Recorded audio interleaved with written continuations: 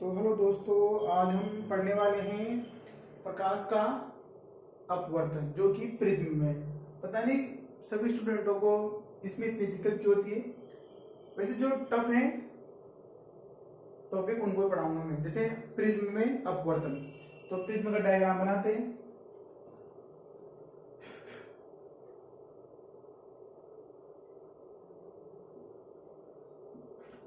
तो पहले ये देख लेते हैं कि प्रिज्म आखिर होता क्या है। तो प्रिज्म एक ऐसी संरचना होती है जिसमें दो तो त्रिभुज व तीन आयत होते हैं। जो प्रिज्म की संरचना होती है वो 3D होती है, उसे मैं बोर्ड पे नहीं बना सकता क्योंकि बोर्ड जो 2D होता है और जो प्रिज्म की संरचना होती है वो 3D होती है। लेकिन मैं आपको बताता हूं कि कैसे हो सकती है कि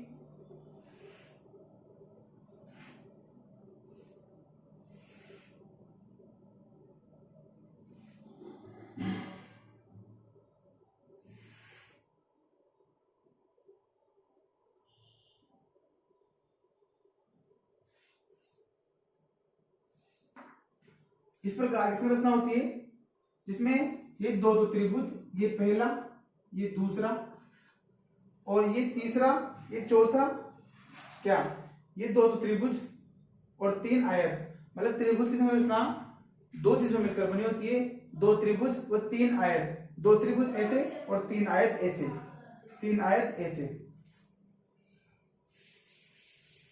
अब इसका डेरिवेशन करने के लिए ऐसी संरचना नहीं बनेगी, एक सिंपल त्रिभुज बनेगा।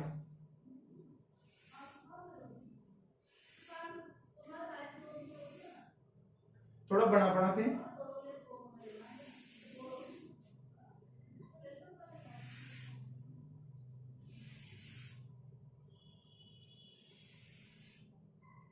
इसको नाम देते हैं ए बी सी। जितना अच्छा चित्र बनेगा उतना ही अच्छा डेरिवेशन होगा, ये बात ध्यान रखना। अब ये ए बी पृष्ठ है, ए बी पृष्ठ है। इस डेरिवेशन के अंदर सिर्फ दो ही पृष्ठ काम आएंगे, ए बी और बी सी, ए बी और ए सी, ए बी और ए सी, ए बी और ए सी। ठीक, अब ए बी पृष्ठ पर किरण आपतित करवाते हैं। तो ये है आपतित किरण।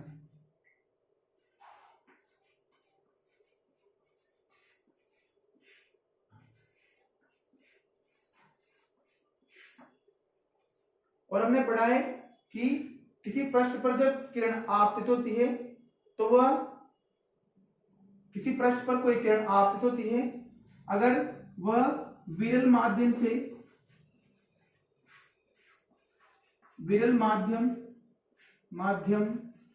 जिसे मैं N1 बोल रहा हूं वह N2 यानी कि सघन माध्यम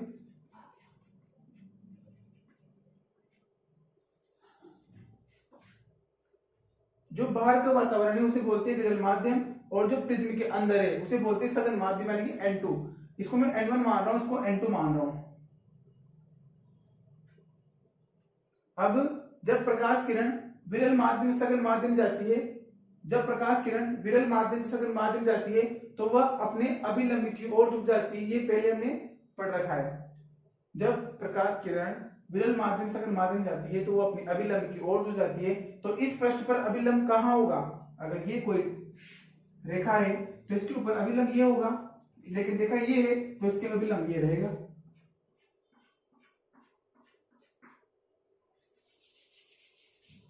ठीक, और ये जो अपनी किरण है इसको नाम देते पी क्यू। पी क्यू किरण ए बी पृष्ठ पर आपतित हो रही है तो ये अभिलंब की ओर झुक जाएगी। अभी किरण ऐसे जा रही है तो अभिलंब ऐसे झुकेगी नहीं, ऐसे झुकेगी। देखना इधर, ये अभिलंब है, इसकी ओर झुक जाएगी ऐसे। अगर इस किरण को कोई डिस्टर्ब नहीं करता तो ये सीधे निकलती है। अब मैं इसको आगे क्यों बढ़ा रहा हूं, ये अपने आगे काम आएगा। अब इस किरण को बोलते हैं पी क्यू किरण है, आपतित किरण पी क्यू किया है, पी क्यू आपतित किरण है। और अब ये जो किरण है अंदर की ये वाली, ये भी बाहर निकलेगी, मतलब N2 N1 माध्यम में वापस जाएगी।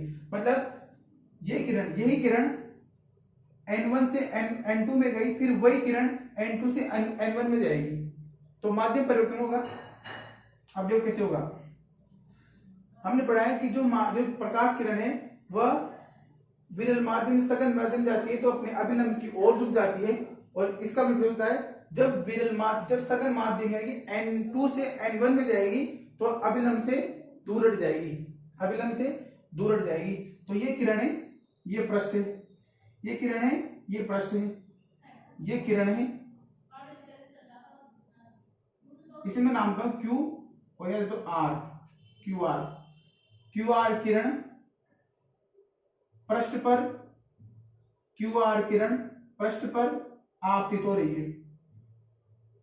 क्यू आर किरण ए सी पृष्ठ पर आपतित हो रही है, तो इस पर अभिलंब कैसे होगा? जैसे ए बी पर ये लंब है तो ए सी पर ऐसे लंब होगा।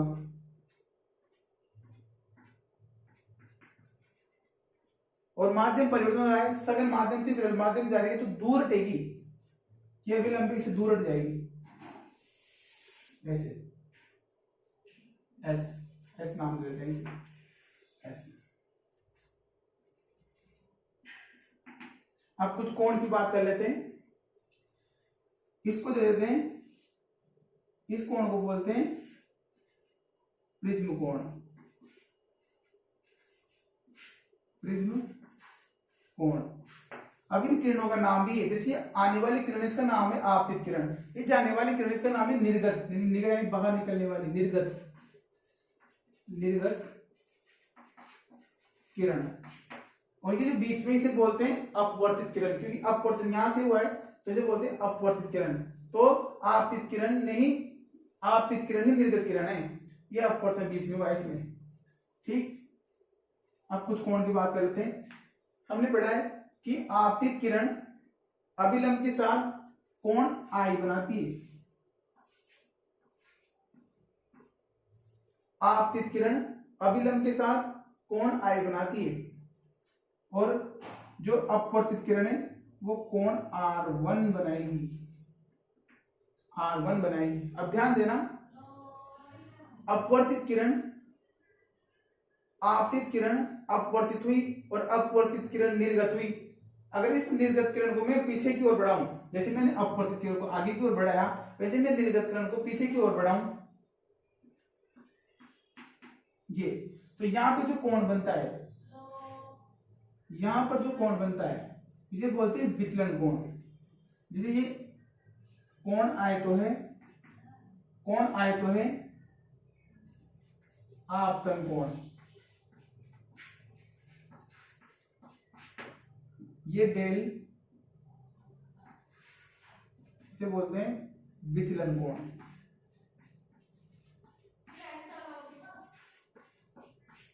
विचलन कोण, जैसे ये R1 दिया, इसे नाम दे दो R2।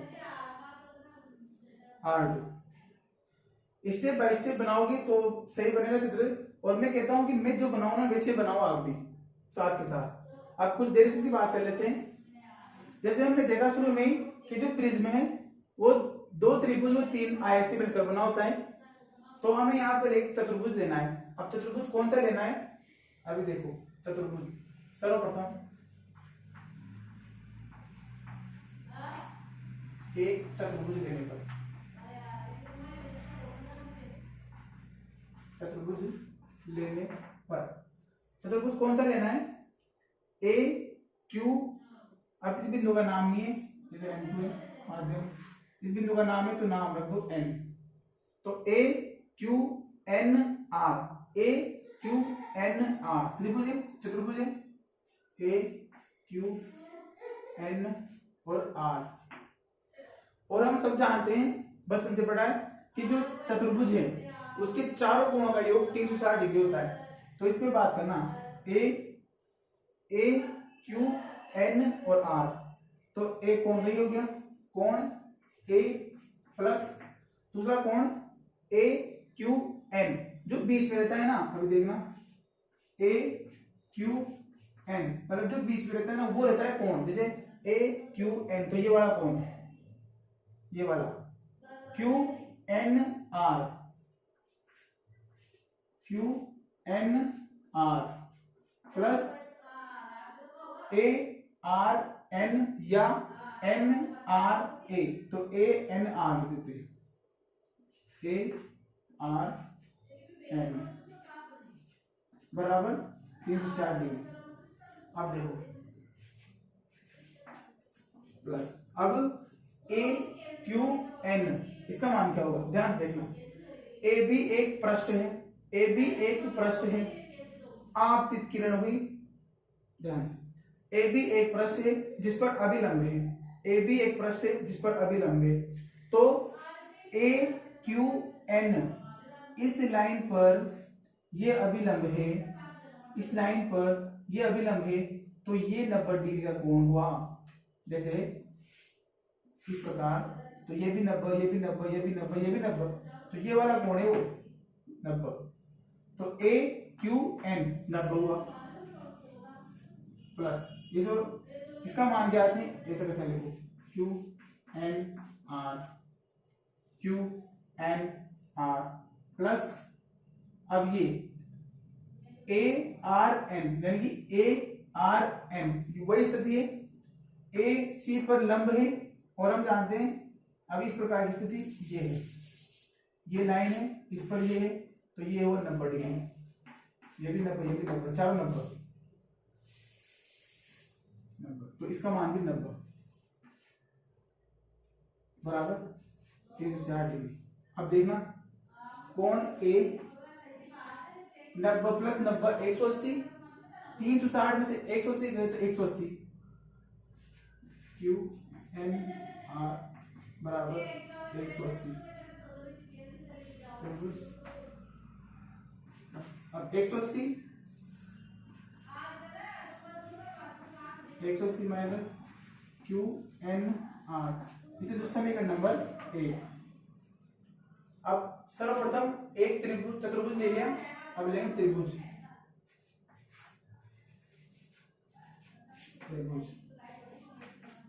अब एक त्रिभुज की बात करते हैं। त्रिभुज कौन सा लेना है, त्रिभुज लेना है क्यू एन आर, त्रिभुज क्यू एन आर, त्रिभुज क्यू एन आर, त्रिभुज क्यू एन आर, और हम जानते हैं कि त्रिभुज के तीनों कोणों का योग 180 यानी कि 180 डिग्री होता है। अब इसमें कोण कौन कौन से, ध्यान से देखना, ये कोण, ये त्रिभुज ले रहे हैं अपन क्यू एन आर, तो एक कोण तो R1 R2 और एक कोण ये, तो R1 plus R2, R1 plus R2 plus Q N R बराबर 180 डिग्री। अब यहां से R1 प्लस R2 का मान निकाल लेते हैं, R1 प्लस R2 बराबर 180 माइनस क्यू एन आर, कहा समीकरण नंबर 2। अब समीकरण 1 और समीकरण 2 में ये भाग बराबर है, यानी कि एल एच एस दोनों के बराबर है, तो हम इन्हें आर एच एस भी बराबर कर सकते हैं। तो यहाँ लिखता हूं समीकरण 1 व 2 से, समीकरण 1 व 2 से, समीकरण 1 और 2 से, तो ये दोनों बराबर हैं, देख लो 180 minus Q N R, 180 minus Q N R, तो कोण ए बराबर R1 प्लस R2, इसमें a बराबर R1 प्लस R2 भी लिख सकता हूँ, समीकरण नंबर 3। अब इस पूरी स्लाइड में समीकरण नंबर 3 को लेकर आगे बढ़ते हैं, इसको मिटा लो।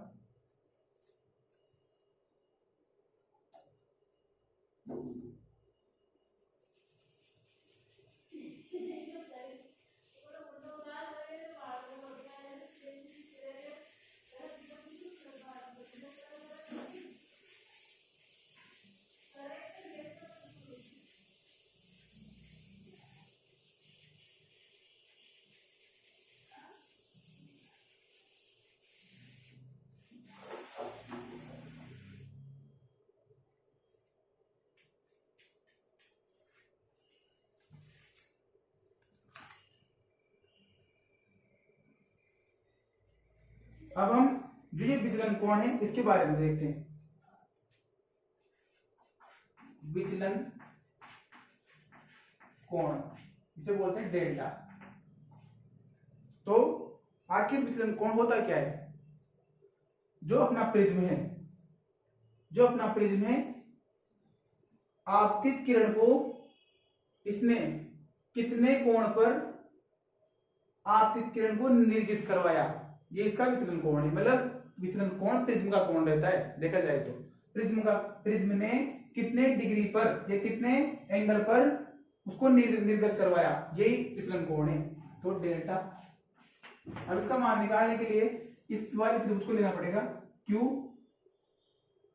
आर, ये वाला त्रिभुज काम आएगा, ये वाला। अब इसमें तो मान है नहीं, इसमें मान नहीं है ना, तो यहाँ पे कंसेप्ट लगेगा बहुत तगड़ा। इसको मैं बड़ा करके दिखा रहा हूं।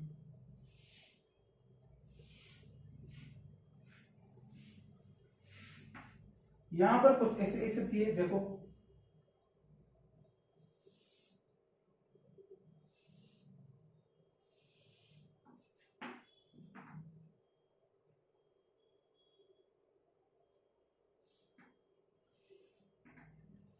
और हम जानते हैं कि त्रिभुज के जो अंदर के दो कोण होते हैं, हम जानते हैं कि त्रिभुज के जो दो अंदर के कोण होते हैं उन दोनों का योग बाहर के कोण के बराबर होता है। जैसे मान लो अगर यहाँ पर x है और यहाँ पर y है, तो x प्लस वाई बराबर डेल्टा होगा या डेल्टा बराबर x प्लस वाई होगा।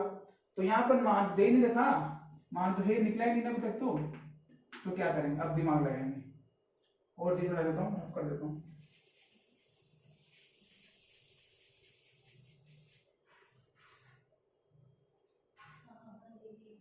अब इसको बना रहा हूं, इधर देखना। अभी देखो, अभी ये कोण आई है, आई ये वाला आई, तो ये कोण भी आई होगा, मानते हो? अगर ये कोण आई है, ये कोण भी आई होगा, पर उसने आधा दे रखा है। आधा क्या दे रखा है? R1 दे रखा है मेरा, R1। देखो ये और ये, तो ये है आई, ये पूरा भी आई हुआ भाई, ये पूरा भी आई हुआ ना, ये वाला ये पूरा भी आई हुआ, तो R1 दे रखा है। तो ये वाला क्या हुआ? I minus R1, I minus R1, मतलब ये कौन हुआ? I minus R1, I minus R1। इसी प्रकार उधर भी ऐसा हुआ, ये कौन है? E, ये लिखना भूल गया मैं, ये कौन है? E, इसे बोलते हैं निर्गत कोण।